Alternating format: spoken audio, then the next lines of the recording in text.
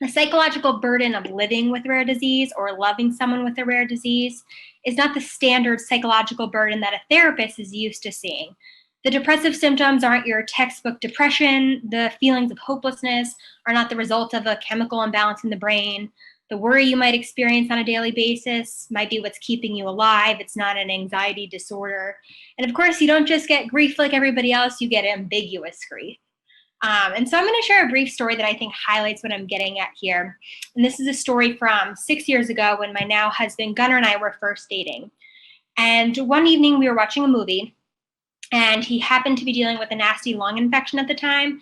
So he had a PICC line in, and he was doing home IV antibiotics. So we just started this movie when all of a sudden he said, "Oh my God, my butt is super itchy." So naturally I was like, okay, so scratch it. And he did, but the itching didn't go away. And what happened next was that he spiraled into a full-blown panic attack about his itchy butt.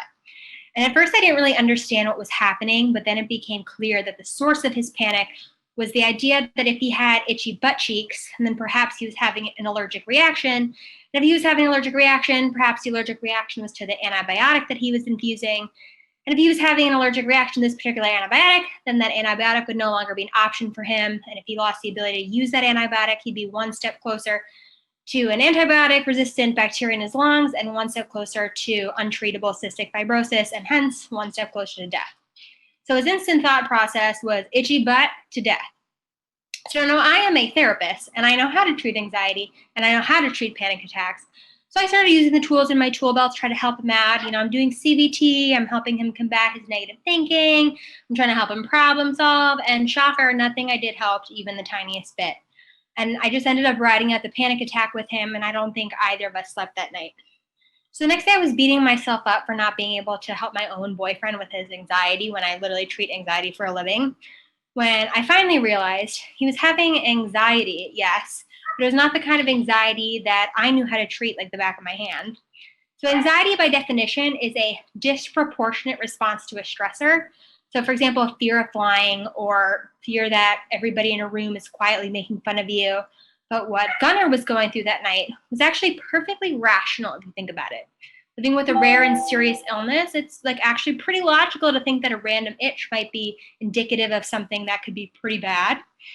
And although that feeling of worry caused him a lot of distress, he wasn't willing to abandon those scary thoughts and that horrible feeling like I was trying to force him to do, because those scary, always on the defensive thoughts and that being super hyper attuned to any sensation in his body are what had kept him alive into his 20s. So why would he abandon his anxiety if it was a survival tool for him? So that's when I first realized that in the world of rare disease, there are no tools to assess, measure, and define mental health issues as they relate to the lived experience of illness.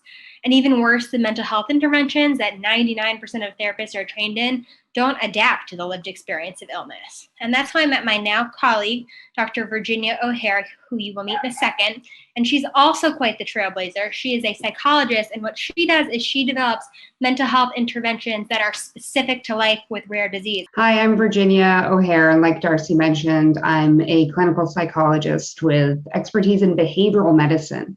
So particularly when psych factors intersect with health factors. So for example, somebody might have been functioning just fine from a psychological perspective and then gets a new diagnosis of a life-threatening illness. Of course, they're going to be experiencing anxiety, depression, anger, grief, etc.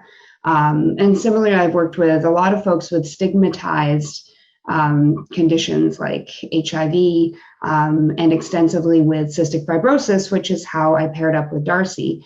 And Darcy and I together founded the Alexion O'Hare Institute for Behavioral Medicine, where our mission is to make sure that we have appropriately tailored psychological interventions to really help folks with rare diseases that others might not get. So that, there can be nothing lonelier than going to therapy because your doctor said you should, and then getting to therapy and having to explain what your disease is or what your child's disease is, and be spending your good money educating this therapist about the rare diseases that you're dealing with. I also see two questions about how can I find a therapist who is experienced in rare disease and who knows this kind of stuff. There's not a good place to find therapists like that.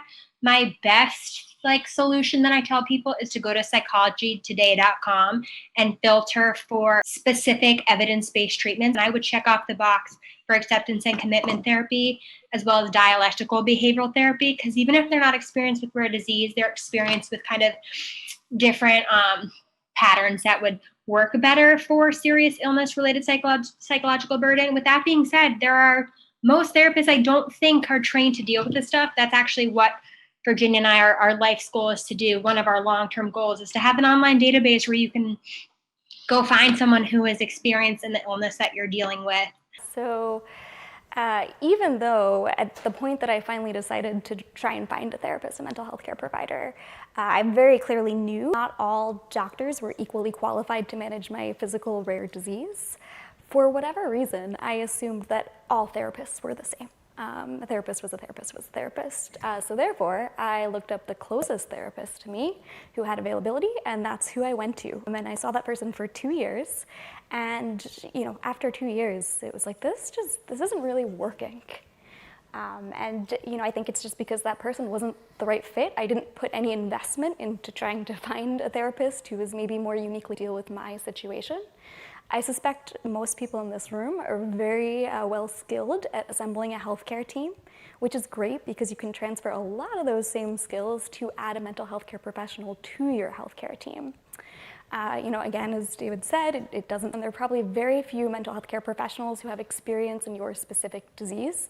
Although if there is an advocacy group within your particular disease, I do recommend reaching out to them to see if they've ever engaged a mental health care professional.